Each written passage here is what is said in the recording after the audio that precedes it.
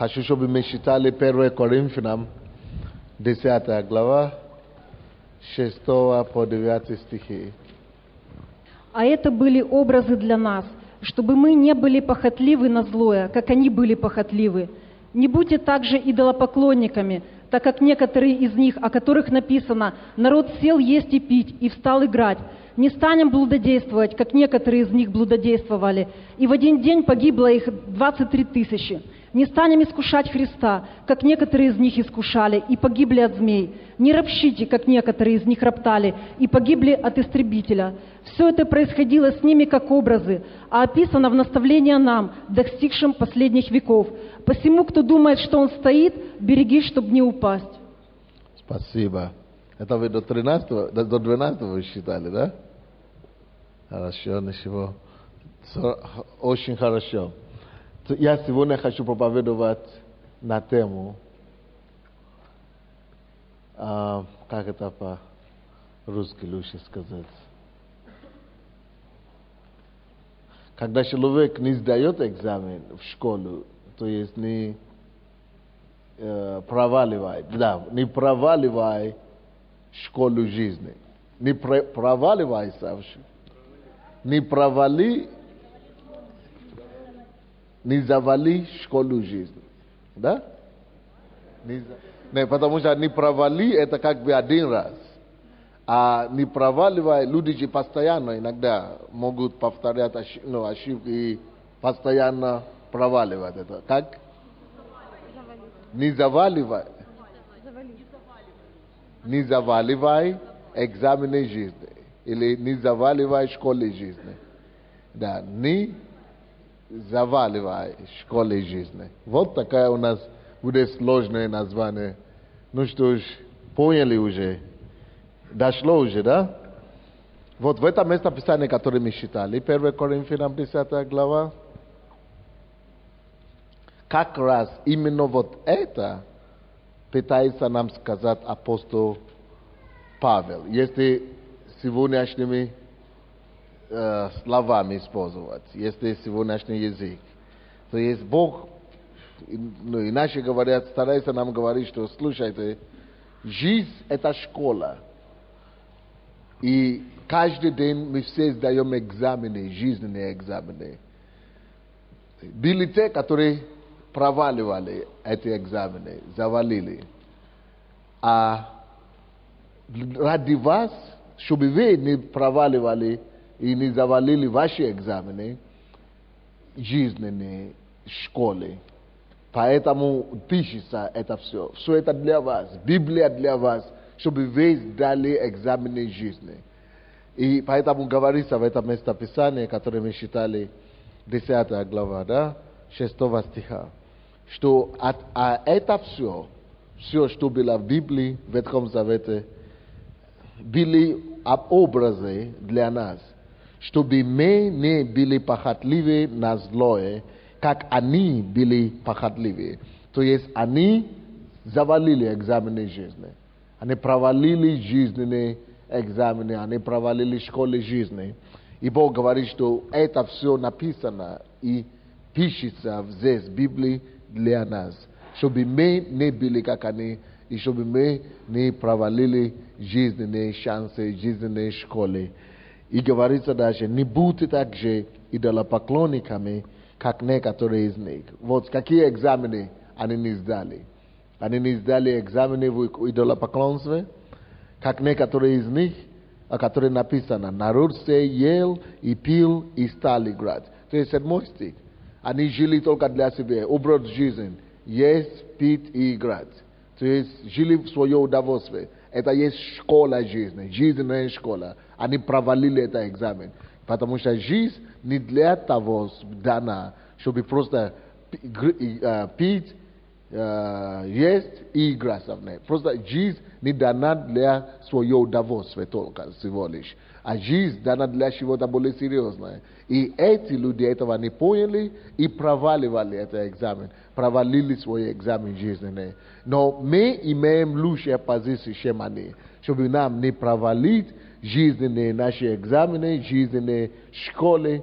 То есть нам дана Библия, чтобы мы могли читать наши Библии и учиться от из жизни этих людей. Дальше, какие экзамены тоже они еще провалили. 8 стих. Не станем блудодействовать, как некоторые из них блудодействовали, и в один день погибло их 23 тысячи.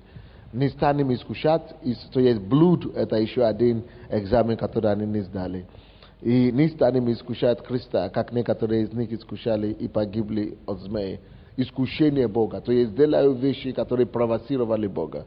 Это еще что-то, что они делали, которые, где они провалили экзамен. Не ропщите, как некоторые из них роптали и погибли от истребителя. То есть ропот, жалобы, это тоже экзамен, который некоторые провалили. То есть это урок для нас.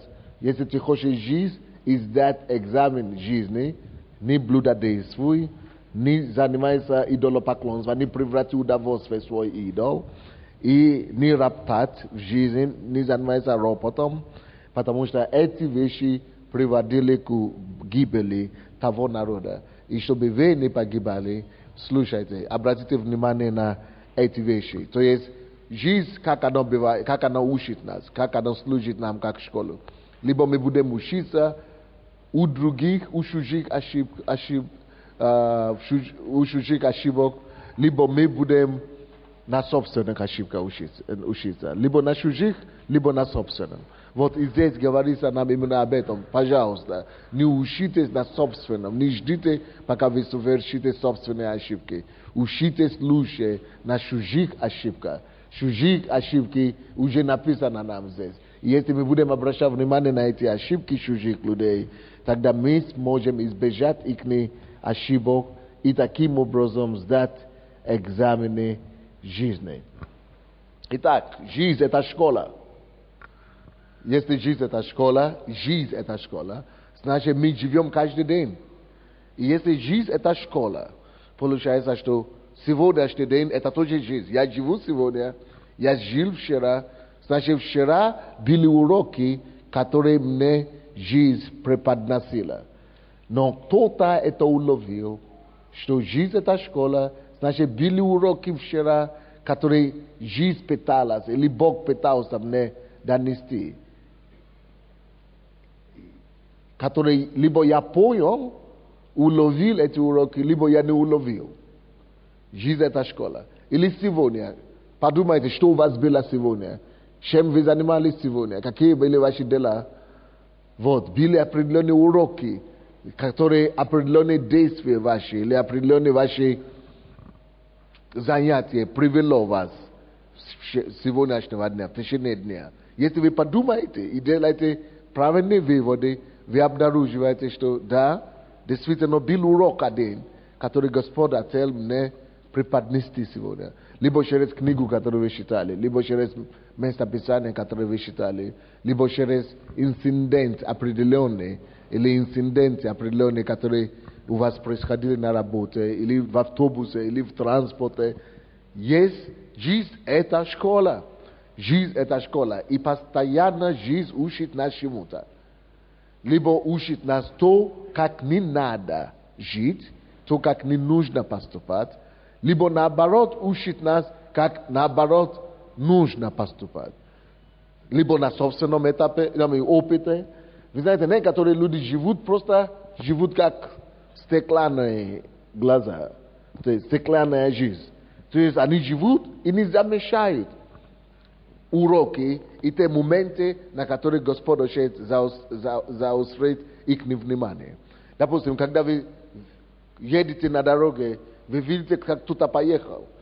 Вы можете либо ругать его и говорить, как он это самое сделал, посмотри на него, либо раздражаться, либо обижаться, либо стать обиженной на весь мир, злой и депрессией, потому что кто-то так себя не так вел.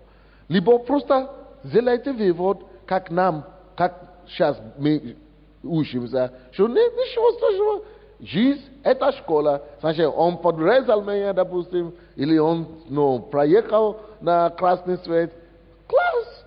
Я отмечаю себя это дело, значит, я понимаю, что это то, как мне лично нельзя жить, как мне не надо себя вести. То есть это просто для меня подсказка. Слава Богу, что не на собственном опыте, а на его опыте. Молодец. На его опыте учусь, как не нужно себя вести и как не нужно поступать в жизни. Значит, я так не буду ездить. Потому что, или мы проехали где-то, видели, кто-то разбился, или милиция кого-то остановила. И говорим, слава Богу, жизнь – это урок, жизнь – это школа. Значит, так, понимаю, как мне не надо себя вести, чтобы ко мне так не поступали. Или мы с кем-то разговариваем, кто-то приходит к нам и рассказывает за свою жизнь, или наоборот говорит нам и просит у нас помощи, или мы видим инциденты, что люди обычно делают. Люди живут стеклянно. Стеклянно, это значит, смотрят, а он не видит. Смотрят, а они не видят. То есть, когда мы смотрим на жизнь, на инциденты жизни, на происходящее вокруг нас, и не делаем выводы. Когда мы не делаем выводы, значит, мы живем стеклянную жизнь. То есть, и зачастую так большинство людей живут. Стеклянная жизнь. Они не делают выводы из жизни. И не делают выводы из эпизодов жизни. И они не делают выводы из случаев жизни, что, все, отмечаю это себе. Это то, чего не стоит делать, наоборот. Или это то, как не стоит поступать. Ой, не хочется быть такой, как этот человек. Кто-то скажет, нет, это его проблема. Это он так живет. Жалко, что я такой не могу быть. Кто тебе сказал? Может быть, наоборот, Бог позволит тебе, этому человеку прийти на твой путь, чтобы ты как раз мог сделать себе замечание и отметить себе таким, какой нужно, наоборот, быть. Каким нужно стремиться быть. Что именно таким не хочется быть. Стану таким. Жизнь – это школа. И каждый день, на каждой остановке, каждый момент жизни, на каждой запятая жизни, мы каждый день, каждый эпизод, каждый инцидент, который с нами происходит, с другими происходит, вокруг нас или около нас, Бог чему-то хочет нас учить. Чему-то хочет нас учить. Мы встали утром, мы видели, как наши родители поступают между собой. Мы должны себе, вместо того, чтобы обижаться на отца или на матери, ты не такой, или ты не такой, или на соседей, мы видим, как соседи себя ведут. Вместо того, чтобы на кого-то наезжать и начинать драка. Нет, мы должны просто сделать выводы. Самое главное в жизни – уметь делать выводы. И понять, чему Бог пытается меня учить. Что до меня еще не дошло. Что я хочу знать. И вы знаете, либо мы вот так будем учиться через ошибок других людей, или тем, что мы замечаем те моменты и эпизоды, которые вокруг нас происходят. Вот это один способ, как учиться в жизни. Но если мы вот так не будем учиться, если так до нас не дойдет, по-хорошему, и через чужой пример, вы знаете, что начнет происходить? У Бога тогда не останется выбора, как начинать допустить такие случаи в нашей жизни, которые уже будут не так простое и не так легкое. Бог начнет допускать такие вещи в нашей жизни, которые уже будут болезненные. И так, когда эти болезненные уже будут касаться нас непосредственно, тогда мы начинаем понимать, что слушай, Боже мой, как я мог это раньше не видеть? Как я мог это раньше не понять? Я даже не знал, что такое бывает.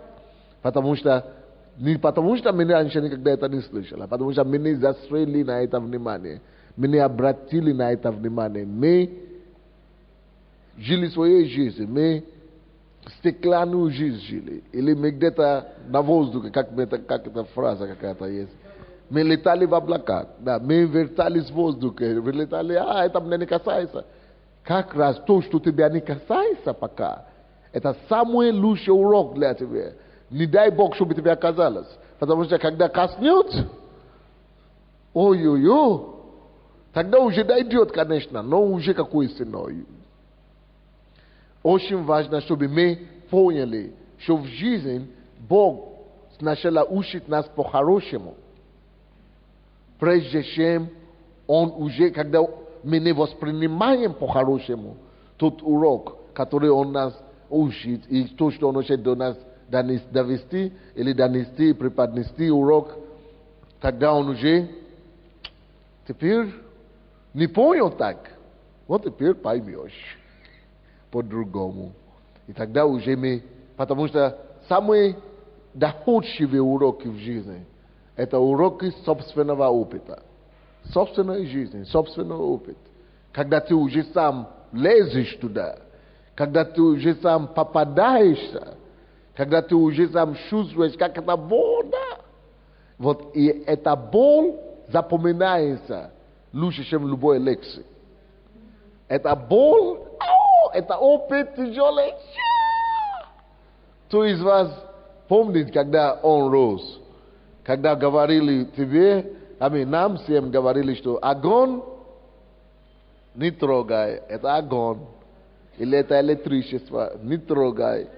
Розетку, или розетка, электричество, это огонь, это не дотрагивайся. Я помню себя, кто-то из вас не помнит себя, но я себя помню. Я эту розетку все равно трогал. И пока не испытывал, что такое шок, или как это называется? Толк, да, что такое толк. Пока я этот толк не почувствовал, я не понял, что надо движаться дальше.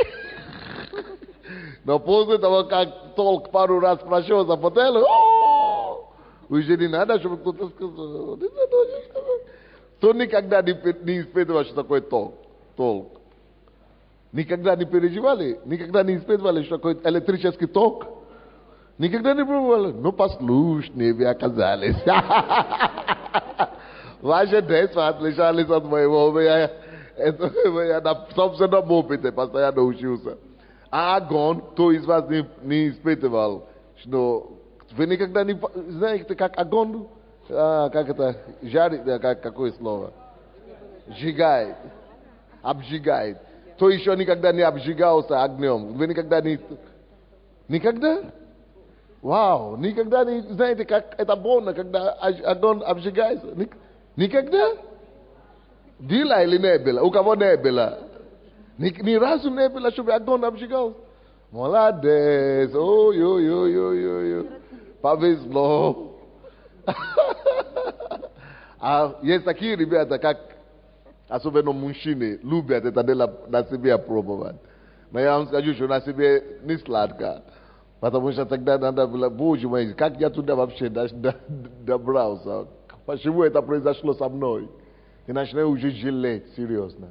Но когда мама или папа или родители говорили, без крови еще было, не трогай это дело. Мы всегда думаем, мне обойдется, или как это мы говорим.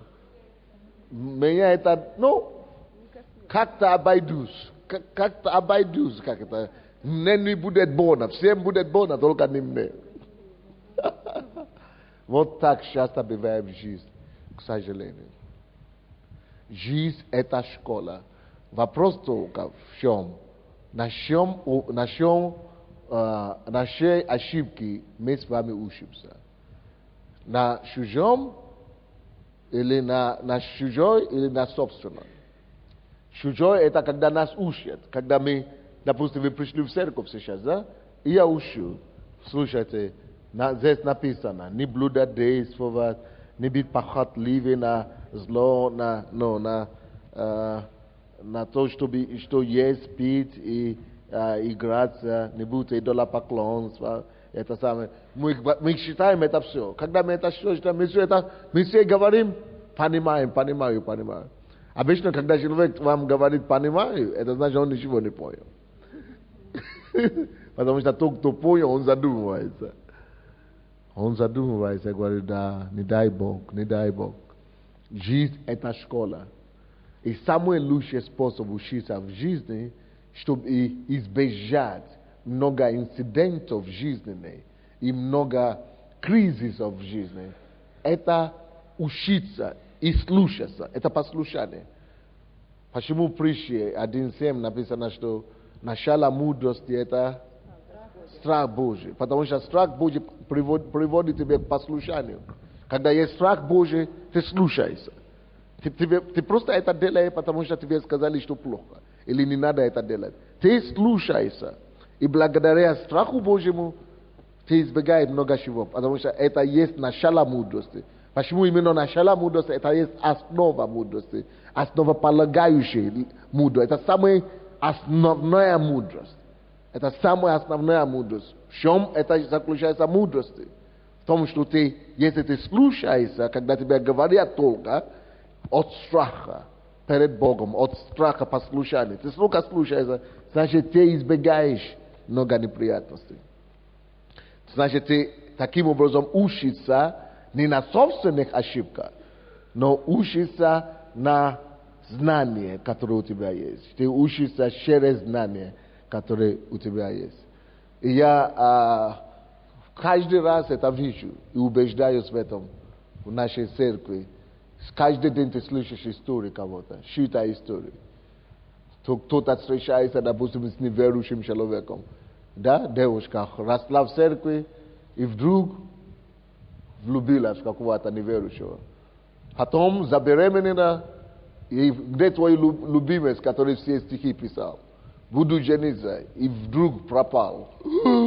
Как это так? Он же так рассказывал, он же так говорил. Он такие стихи мне писал, никто так за мной не ухаживал. Слушай, потому что на собственном опыте приходится учиться, потому что не послушались, когда по страху Божьему, по послушанию. То есть жизнь это школа.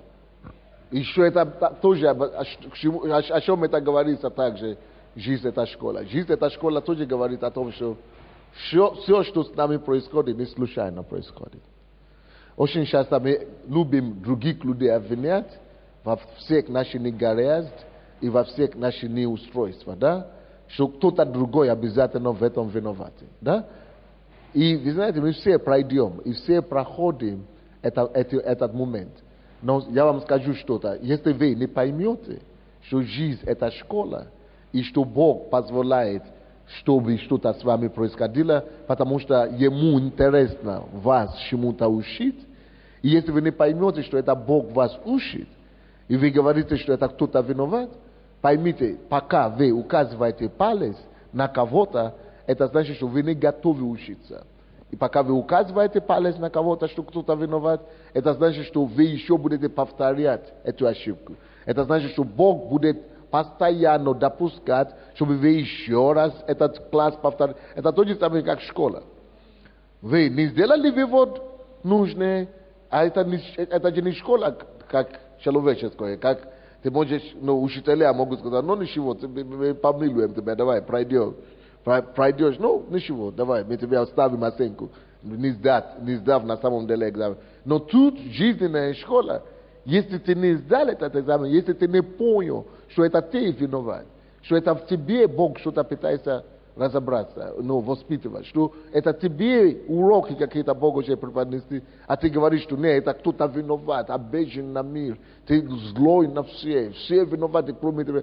Пока ты на все указываешь пальцы, все виноваты, кроме тебя, ты с этого класса никуда не пойдешь. Бог тебя не выпустит. Это значит, что этот экзамен еще будет у тебя. Ты еще будешь попадать в это искушение. Допустим, девушка, которая говорит, ой, я не знаю, я никого больше не люблю, я всех ненавижу. Это так, пока все плохо, да? А потом родила ребенка или сделала аборт, да? А потом все хорошо, уже через 2-3 года. Опять смотришь, тоже с кем-то опять неверующим встречается. Значит, что случилось? Человек не сделал вывод. Он не сдал экзамен. Вот, пока ты этот экзамен не сдал, будешь повторять эту ошибку, когда тебе 18 лет, а потом, когда тебе 25 лет, потом когда тебе 30 лет, потом когда 35 лет, потом когда 45 лет, и всю жизнь будет мучиться в этом. Потому что ты не понял, ты будешь сидеть в одном этом классе. Ты будешь в этом классе сидеть всю жизнь. И тебя никто не выпускает оттуда, потому что ты не сделал вывод. И ты будешь постоянно только валяться и мучиться с последствиями. Только будешь одними последствиями бороться всю жизнь. Что почему моя жизнь так не везет? А потому что ты не понял самую главную жизнь. Что жизнь это школа. Или, допустим, кто приходит и плачет: о, пастор, я доверил свои деньги этому человеку, и он исчез. Я говорю: где договор? Нет договора, мы договорились с ним, расписку писали. Слушай, ты слышал эти кассеты, которые мы учили здесь по четвергам или нет? Слышал, какая уже разница, уже поздно. Потому что либо ты будешь учиться на собственных ошибках, либо ты будешь учиться на чужих ошибках. Потому что когда говорили об этом в церкви, что надо контролировать. Если ты не контролируешь инвестиции, ты можешь его потерять. То есть, когда тебе все это учили, куда ты смотрел? Я слышал, но как все думают? Мы же все думаем, что это со мной не произойдет. Поэтому вот это уже произошло, но точно не произойдет только после того, как ты уже на собственном шкуре уже это почувствовал. Это если ты еще и сделаешь правильный вывод. Если не сделаешь правильный вывод, это произошло и еще произойдет. То есть жизнь это школа. Жизнь это школа. Вопрос мой к вам. Какой урок чему Бог сейчас старается вас учить? Что сейчас Бог старается донести до вас в последнее время? Потому что иногда Бог старается учить человеку один урок, донести до него один урок в течение месяца, допустим. Или в течение года. Он старается, человек идет вокруг, и опять кругом еще раз. Он идет вокруг, и опять за этот круг опять же. Он идет вокруг, и опять за этот круг. Иногда Бог один урок старается донести и преподнести человеку урок один единственный урок 5 лет, 10 лет не получается у Бога пробить его, это людей. Иногда мы бываем такие, что Богу не удается пробить нас и донести до нас даже один урок. Почему люди ссорятся в семье? Почему люди имеют конфликты семейные? Потому что не поняли. Легче всего обвинять кого-то другого. Это она виновата, это она такая. Почему я на нее женился? Я ошибся. Это она меня поставила. Она знала, какая она, что она никакая. Она себя меня поставила. Это она. Или это он. Это потому что мы все не хотим измениться. Жизнь – это школа. То, что Бог позволяет тебе пройти, это потому что Он хочет до тебя один какой-то урок донести. Хорошо, вот еще раз задаю вопрос. Какой урок вы считаете? Как вы считаете? Подумайте. Какой урок Бог старается до вас донести? Над чем Бог работает? Может быть, над терпением вашим? Может, над тем, чтобы сдаться вообще? Может, Бог требует от вас, чтобы вообще сдаться, чтобы сдаваться, чтобы ты перестал вообще думать, что ты что-то можешь контролировать. Может, Бог пытается тебе сказать, что доверься мне все, во всем вообще, забудь. Вообще не контролируй ничего, ты ничего не можешь делать, только мне доверяй. Может, Бог пытается тебя это донести до сих пор, и уже 10-й год не доходит. То есть дело-то не в том, сколько мы уже живем. Мне уже 50 лет. Ты может быть от 70 лет, и тебе один тот же самый урок еще не дошел, как Бог пытается донести уже всю жизнь. Или ты говоришь, что я уже 20 лет в церкви. Вот 100 лет в церкви. Если ты этот урок не усвоил, ты можешь продолжать просто мучиться от этого, что... Поэтому изменение – это самая главная наша задача. Как нам меняться постоянно, как нам меняться в тот образ, который Господь хочет нас видеть.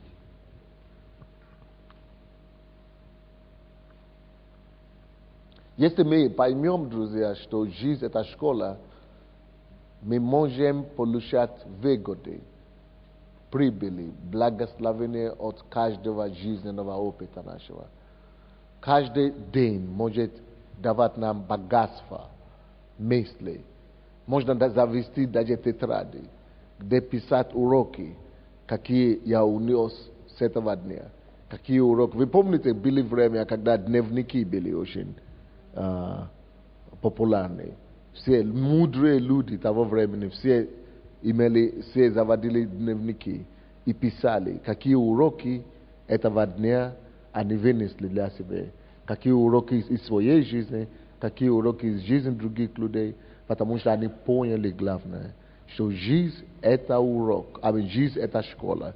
И если успевать в жизни, если действительно сдавать экзамены жизненные, то надо отмечать эти уроки, надо обращать на эти уроки внимание, а то потом можно горькими слезами и горькими уроками пройти эти все уроки. Да, и наступать 2 раза на 1 грабли, да. Исход, 2 глава, чтобы мы читали, 11 по 16 стихи. Давайте посмотрим, как Бог учил Моисея этот урок. Что жизнь – это школа.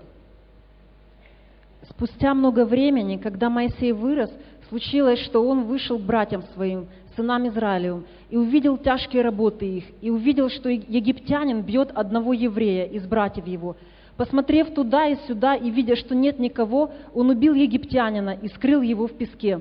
И вышел он на другой день, и вот 2 еврея ссорятся. И сказал он обижающему: «Зачем ты бьешь ближнего твоего?» А тот сказал: «Кто поставил тебя начальником и судьею над нами? Не думаешь ли убить и меня, как убил египтянина?» Моисей испугался и сказал: «Верно узнали об этом деле».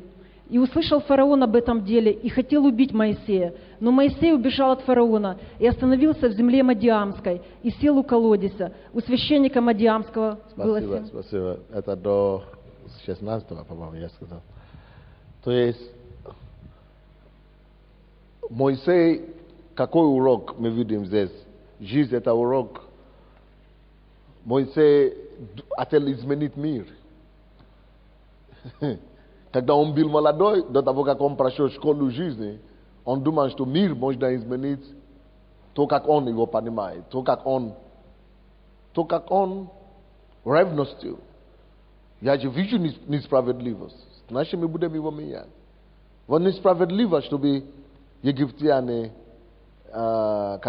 эксплуатировали израильтян. Несправедливо. Вот тогда я его изменю.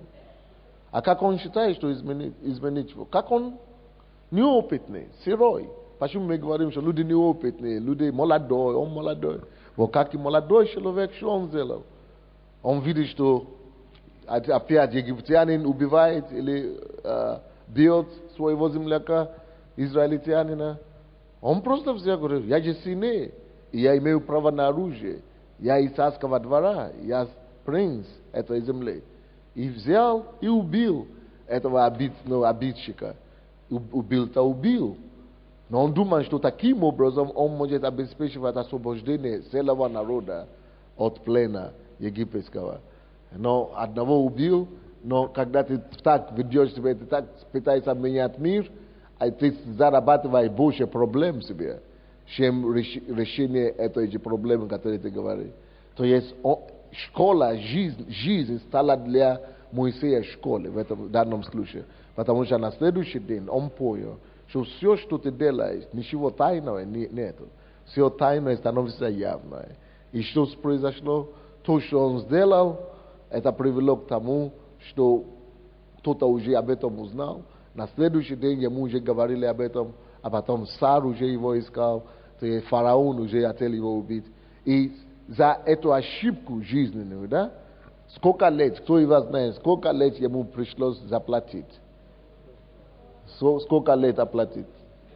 40. Почему вы сказали 40? Блуждая по пустыне, убегая. Проблем. 40 лет где? Какой пустыне? Ну, Какой из? Дианского, там, Земле? Диамской земле. Мадианской земле. Мадианской земле он блуждал, и как пришельца, и как иностранец, который из царского двора, он вынужден стать странствующим человеком. Он платил, то есть жизнь, это школа. И урок, который он так по-хорошему не унес с жизни, что вот так, что злом не победишь зло. Вот это то, что агрессией не победишь агрессию. Войною не победишь войну. И что, ну, как это, что зло не может победить зло. Он сам не унес этот урок. Но жизнь его научила уже жестоким образом. Через 40 лет так дошел уже этот урок до него, что когда Бог теперь уже ему говорит, теперь иди освободи народ. Ты же хотел освободить раньше своими силами. А он говорит, теперь я уже ничего не хочу. Бог говорит, нет, я с тобой буду. Ты что? Иди, давай, я же тебя явился. Он говорит, нет, уже иди сам, говорит Богу. Говорит, кого-то пошли в другую, только не мы. Ты же освободитель у нас большой. Герой. Ты же даже вообще без меня раньше хотел освободить голыми руками, да? Сам хотел стать освободителем. И теперь, когда Бог ему уже говорит, иди освободи, я буду с тобой, даже с тобой я не пойду. Он настолько уловил этот урок. То есть, потому что когда через страдания учишься, когда через проблем, это так доходит до тебя, что ты потом не хочешь уже этот урок повторить. Потому что если ему было 40 лет, когда его выгнали из страны, и теперь он еще 40 лет там странствовал, то он понял, что если другой 40 лет он уже не выдержит. Поэтому он говорит Богу, то я уже не пойду. То есть это урок для нас. Он пытался решить вопрос плоскими путями. Он пытался расправиться, выполнить Божью миссию на его жизнь человеческими стараниями, человеческими усилиями. Да, он призван быть избавителем с самого начала. Это было Божье призвание на него. Бог его помазал, даже с утробы матери, чтобы он стал освободителем Израиля. Именно этого народа надо было освободить. Именно надо было разбить ярмо Египта. Но это делать без вывода, без уроков жизни было нельзя делать. То есть это ему надо было определенную школу пройти. А он без этой школы просто бросался голыми руками на битву и пожалел это дело. А потом Бог, после того, как Бог его учил, подготовил, теперь Бог говорит, вот теперь я вижу, что ты готов. Ты уже не пойдешь никого убить. Видите, он уже никого не убил сегодня. Он понял. То есть иногда некоторые вещи, которые с нами происходят в жизни, Бог хочет, чтобы мы спрашивали у себя же, Господь, какой урок ты хочешь мне преподнести? Что ты хочешь мне этому учить? Что ты хочешь этим учить? Что ты хочешь мне донести? Если мы сделаем правильные выводы, Бог потом сможет все равно использовать нас. Бог есть Бог второго шанса. Он стал Богом второго шанса для Моисея. Хотя он совершил ошибку, но когда он уже допустил испытания определенные в его жизни, он вернул его на место его призвания. И говорит, что да, освободителем ты призван был быть. Теперь я тебя возвращаю на место освободителя. Ты теперь со мной пойдешь. Раньше ты не хотел дождаться меня. Ты хотел без меня побежать впереди паровоза и te освободить народа. Теперь я пойду за тобой. Теперь Бог видел, что он уже научился этого. Вот что, как ваша жизнь? Вы учитесь, вы подчеркиваете те вещи, что Бог старается до вас донести, или вы стеклянной жизни живете, вам даже не до этого, вы даже не в курсе, что жизнь это школа, что Бог пытается что-то у вас достучить, или преподнести, или какой-то урок учить. Вы просто, вот можно не 40 лет погулять по этой пустыне в том случае. Можно всю жизнь вот просто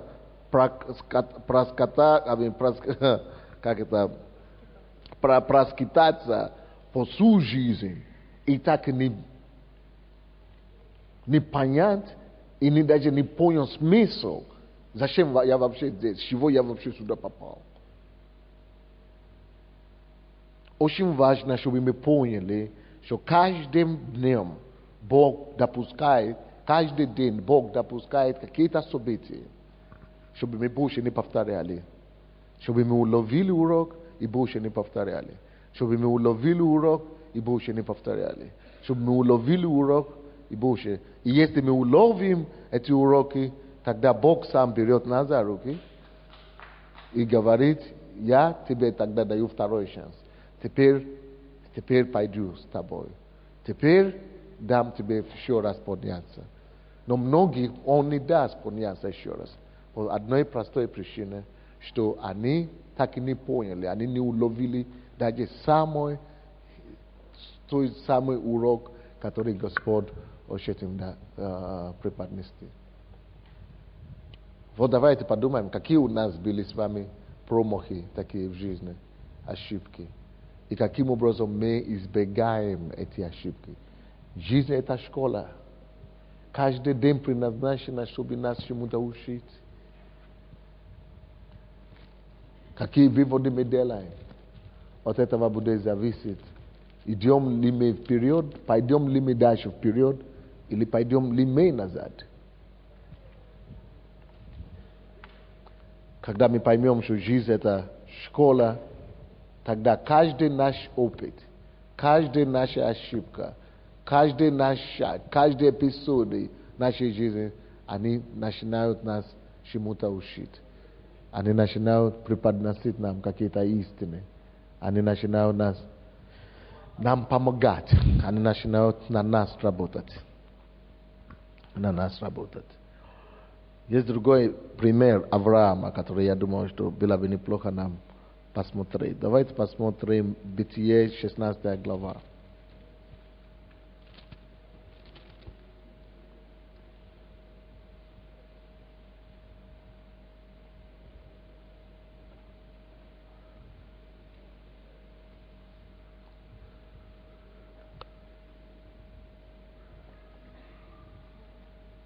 Бытие 16, да?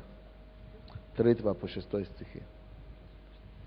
«И взяла Сара, жена Авраамова, служанку свою, египтянку, Агарь, по истечении 10 лет пребывания Авраамова в земле ханаанской, и дала ее Аврааму, мужу своему, в жену. Он вошел к Агаре, и она зачала. Увидев же, что зачала, она стала презирать госпожу свою. И сказала Сара Аврааму: в обиде моей ты виновен. Я отдала служанку мою в недра твое, а она, увидев, что зачала, стала презирать меня. Господь пусть будет судьею между мною и между тобою. Авраам сказал Саре: вот служанка твоя в твоих руках, делай с нею, что тебе угодно. И Сара стала притеснять ее, и она убежала от нее». Жизнь – это урок. Жизнь – это школа. И Сара – это странная ситуация. Сама жена приносит другую жену своему мужу только потому, что хочет иметь детей. То, что мы делаем любой ценой, когда мы любой ценой готовы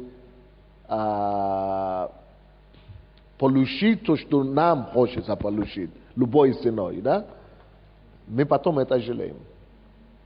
Когда мы готовы идти на все, чтобы получить только то, что нам хочется иметь.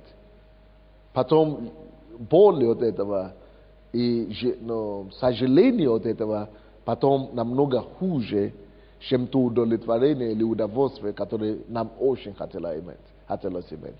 Вот, ей очень хотелось иметь ребенка, да, Сара. Дошло до такого, что он свою служанку, женщину, подал мужу. И чем это закончилось? Это закончилось, что она уже не рада в конце этого эксперимента. Жизнь лучше все равно ждать. Это какой урок? Лучше ждать и дождаться Божьего времени. И дождаться Божьего, лучше больше ждать, дольше ждать, лучше терпение больше иметь. Но ждать и дождаться Бога, чем своими средствами попытаться самой решать по-быстрому вопросы. То есть, что Сара, потом это же служанка, вроде бы служанка была, она уже потом села ей на голову. И это для любой женщины катастрофа, между прочим. И она не могла это выдержать, Сара. И она уже дошло до такого, что у нее истерика пошла. Она уже начала бросаться на собственного мужа, и на этого ребенка, и на эту жену, или служанку. И тот же самый урок для Авраама. То есть жизнь – это урок, что нету выгоды в том, чтобы попытаться поплатить, решать какие-то вопросы. Желательно ждать Бога. Божий путь, Божье решение все равно лучше. И что Авраам понял, слушай, временное удовлетворение всегда создает потом постоянную проблему. Временное удовлетворение создает потом постоянную, нерешимую проблему. И так и случилось с ней, с Авраамом. Получил удовлетворение какое-то время, но потом такая война началась у него дома, что он уже сказал Саре, что слушай, это твоя служанка, сделай, что хочешь с ней. И Богу уже пришлось вмешаться в этот случай, что слушай, собери ребенка, уберись отсюда подальше, чтобы тебя еще не убили за это дело. То есть сами виноваты, но цена за ошибок намного иногда дороже, чем того удовольствия, которое ты искал. Этот сын, который они родили, они вообще сказали, что вообще собери его и дальше. И до сих пор эта проблема Ишмаиля, ислама, продолжается до сих пор. Потому что одна ошибка вот такого рода. Серьезные вещи. Жизнь это школа. И что это обозначает для нас? Это обозначает для нас, смотри, хочется иметь ребенка. И очень много людей таких, которые сейчас есть. Хотят иметь ребенка, но без мужа. И потом создаются такие проблемы. Я знаю одну такую историю, когда женщина ко мне пришла. Она сказала, что я очень хотела иметь ребенка, нету мужа, или муж есть, но нету у них, но нельзя было иметь ребенка. Она пошла, но сама нагуляла этого ребенка и сказала, что это от мужа. И никто не знал. Только когда она покаялась, муж умер, ему уже 32 года, а ей уже 60 чем-то. И они уже, она уже объездила весь мир на решение проблемы этого ребенка. И когда не решалась, она уже ко мне на прием пришла. Потому что он психически стал. 22 года, человек красивый, молодой человек, фотографию смотрит, все класс. Потом 22 года институт закончил и стал невменяемый. И она не могла понять, что и уже всю жизнь проездила, когда уже у нее жизни уже нет. Она поняла, может быть, неправильно делала все-таки. И теперь вспоминает, 60 лет, надо жить 60 лет, чтобы понять, чтобы урок какой-то унести. Вот почему нам, слава Богу, что у нас есть Библия. Не обязательно на собственном опыте горькие уроки вынести, а мы можем этого учиться через Слово Божие. Но даже в этой ситуации с Авраамом Бог показывает нам о том, что когда есть покаяние, и когда человек улавливает урок, через который, почему Бог допускает его ситуацию, если человек делает выводы нужные, что нету безнадежной ситуации. И жизненный урок это нас учит, что нету безнадежной ситуации, когда есть покаяние, и когда человек делает выводы правильные, и уроки свои выносил. То есть, и в этом случае Когда Авраам и Сара уже поняли, что это ребенок Божье проклятие и чем благословение, они покаялись, расстались с этим ребенком, и в конечном итоге Бог дал им своего сына. Но зачем надо было им тратить столько лет? Зачем надо было разрушить отношения между собой? Зачем им надо было эту войну внутри дома? Хотя Бог есть второго шанса, Бог дает второй шанс, но иногда ничего не поделаешь с последствием соделанного уже. Это то же самое, как один пастор из нашей церкви здесь недавно обнаружил, что у него гепатит С, по-моему, да? Печень, гепатит С. И говорит: пастор, я уже 10 лет верующий, я уже не колюсь 10 лет, я уже пастор церкви. Да, Бог-то простил ему, да? Бог простил, Бог сделал его служителем, он женился, есть дети. Но иногда остаются за нами последствия наших ошибок. И что обнаружился? Да, Бог уже его освободил от наркомании, да, уже нету кумара, нету это самое. Но вот то, что он натравлял в себе все эти годы, остались следы. То есть, почему не стоит совершать эти ошибки? Потому что иногда Бог-то может простить, но остаются порой следы этих ошибок, которые мы делаем. Итак, жизнь это школа. Жизнь это школа. Как мы относимся к жизни? Выносим правильные уроки из жизни, или мы просто говорим: это кто-то виноват, или это просто так случилось. Выводы надо уметь делать. Пока мы выводы эти не сделаем, мы будем продолжать страдать, мучиться и повторять ошибки. Но если мы выводы сделаем, тогда Бог есть Бог второго шанса. Если выводы не делаем, мы будем продолжать мучиться, повторять те же самые ошибки. И даже Бог не может нам помочь, потому что это закон жизни. Жизнь это такова. Жизнь это школа. Вынеси урок, сдай экзамен. Не сдаешь экзамен, проваливаешь, будет повторять экзамены. И будет тяжелее проблемы. Экзамены жизненные это проблемы. Это проблемы. И все эти вещи написаны, чтобы мы поняли, что можно эти ошибки учиться ошибка. Или можно собственных ошибок учиться.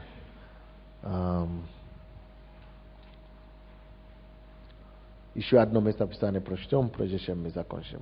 2 Коринфянам 12 из жизни Павла. 7 по 10 стихи.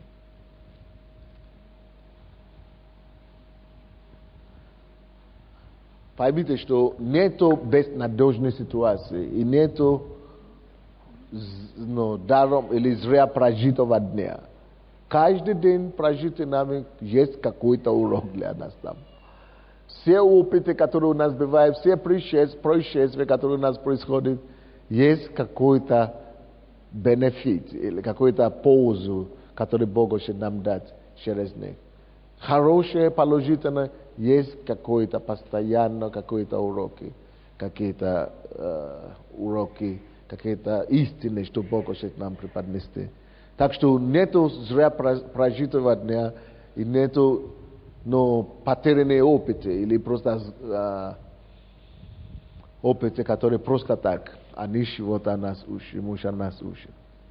И чтобы я не превозносился чрезвычайностью откровений, дано мне жало в плоть, ангел сатаны. Вот видите, Бог видит в его случае, что он-то сам пишет, Павел, да, что не делай то, не гордись, не превозносись, но у него самого не получается. И Бог это знает, и он сам это говорит. Даже чтобы я не превознесся, хотя я знаю, что я не должен превозноситься, но не получается. Поэтому Бог вынужден дать ангела, ангела сатаны, прямо сатаны, чтобы дать ему жалоб по плоти.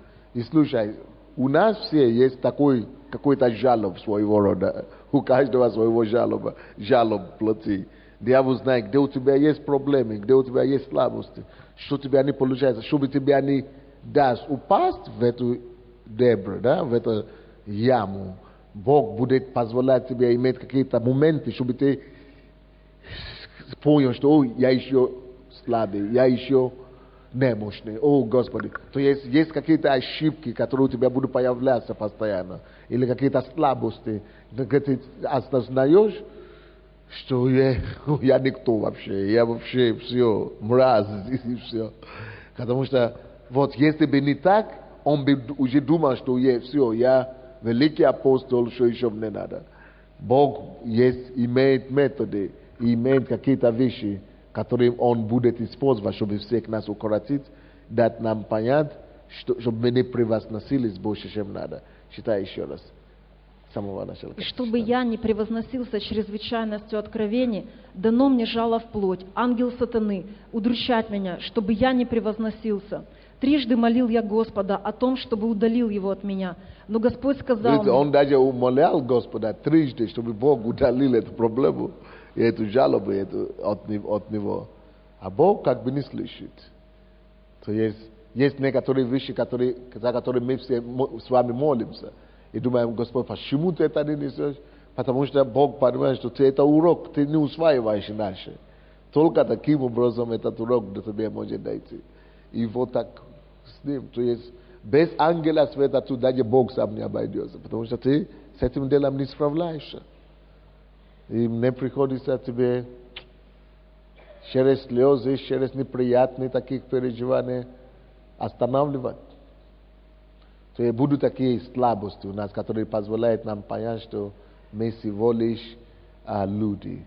И чтобы мы могли потом больше на него полагаться и говорить, Господь, я слабый, я сам не могу, помоги мне, без Тебя не могу, Господь. Который позволяет нам сокрушаться, который позволяет нам смириться перед Богом, и который позволяет нам сказать, что, Господи, если не Ты, я не могу, но только Ты, Господь. Да, считали до 12-го? Но Господь сказал мне, довольно для тебя благодати моей, ибо сила моя совершается в немощи. И потому я гораздо охотнее буду хвалиться своими немощами, чтобы обитала во мне сила Христова.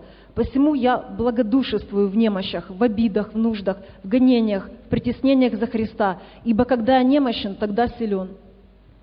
Видите, он просто принял решение, что молиться об этом не буду больше. Буду просто смиряться.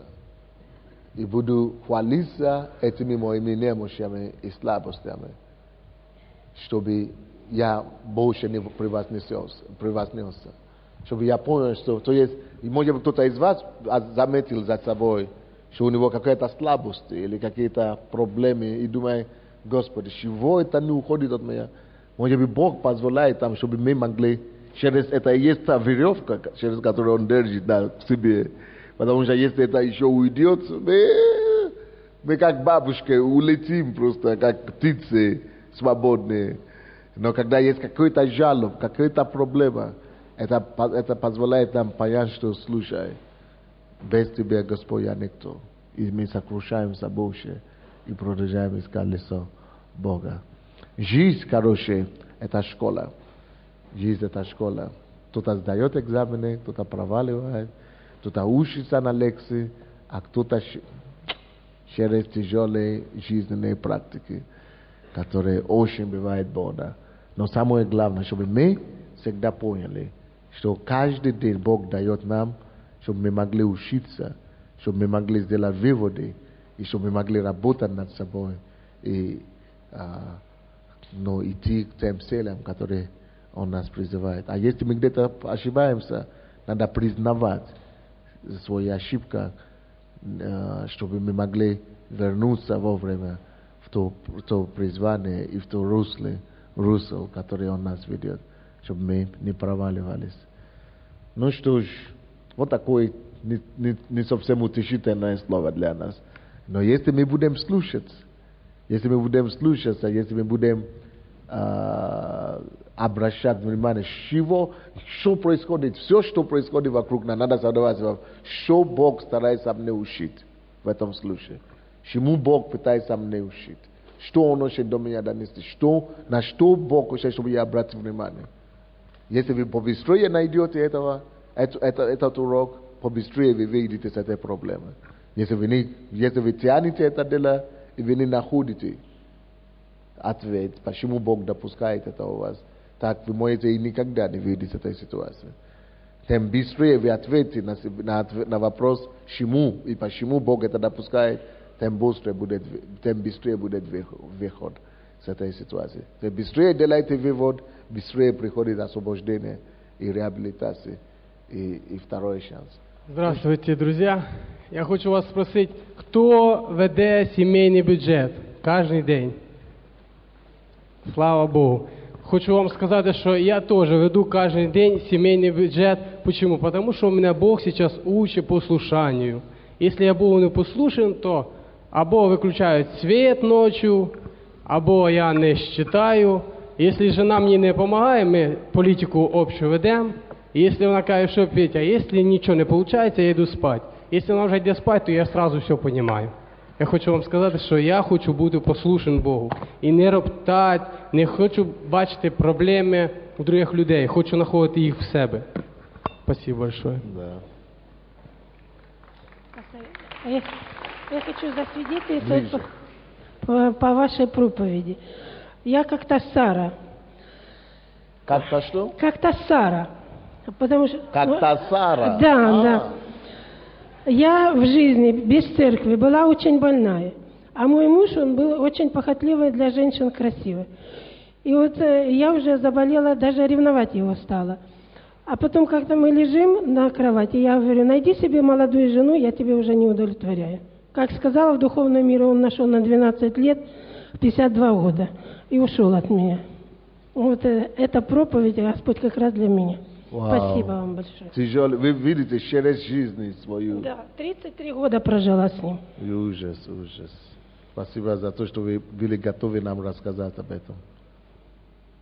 Когда вы рассказывали, пастор, здравствуйте, я помнил легенду такая, был такой Ахиллес, да? И он вроде бы во всем был сильный, могучий воин, да? Но у него была одна пята, слабое место, в которое его можно было поразить. И вот иногда я смотрю, и вот какая-то проблема, которая долго не решается, ну, честно говорю, настолько иногда бывает неприятно и больно, и крутишься, и уже что только не делаешь, думаешь, во всем сильный, да, и в этом сильный, в этом сильный. Но такое есть, какое-то такое уязвимое место, но оно... У Геркулеса, да? Да, Геркулеса, да. Вот, и просто такой ахиллесова пята вот эта, куда вот так, ну никак ее не заколоешь, не залатаешь ничем, ничего. И я заметил, что я через это стал лучше, я как-то мягче стал, потому что если бы не было проблемы, то я бы был, наверное, тоже где-то летал бы в облаках. Я просто начал счастливым быть как человек. Я понимаю, что это реальная жизнь, что от нее не уйдешь, куда-то в облака не улетишь, что, ну, учишься счастливым быть. Я учусь быть счастливым в проблеме. И я думал об этом, что иногда Бог допускает где-то дьяволу будоражить там, и оно никак не заклеивается. И я опускаюсь в это время на землю, я понимаю, что я все, я иногда... Спасибо.